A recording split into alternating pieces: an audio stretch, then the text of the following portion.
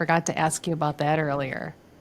Well, you know that sometimes there's some things in life that are just so important that they're really hard to explain. So I was 10 years old and we were on the train coming back to the States. My parents got a furlough every 7.5 years, and we were on the train. We were coming back, and I really was we, watching what was going on outside. And outside, the train began to slow down, and there was in India there are always crowds of people, but these crowds were really dressed up and excited and following a man who was dressed in his dhoti, which is the loincloth, and had a staff. And he was walking along, and I knew that this was Gandhiji. And people were chanting Gandhiji, Gandhiji. And so I had my face plastered against the window of the train as it came to a stop. And Gandhi was right in front of me as I was looking up. And he stopped his walking.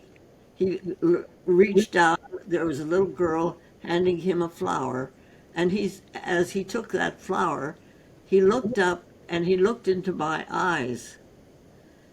And I felt something that I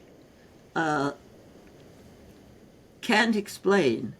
But there was a love and an acceptance in those eyes that touched me as a 10-year-old kid.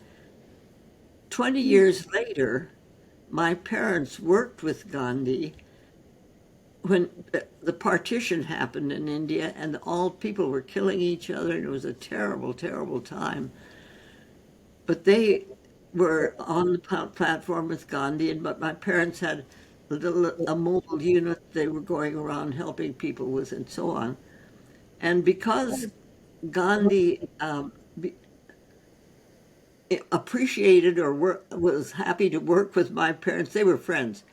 He gave my mother a cashmere shawl, which I have here, and my dad a put blanket. It was that kind of a connection that over the years was still there through my parents. And to this day, I can still feel the energy that was in those eyes. That's so wonderful. I think life brings everybody full circle. And Right. so when you were young, you had that experience, and it led him to your mom and dad when they were several years later.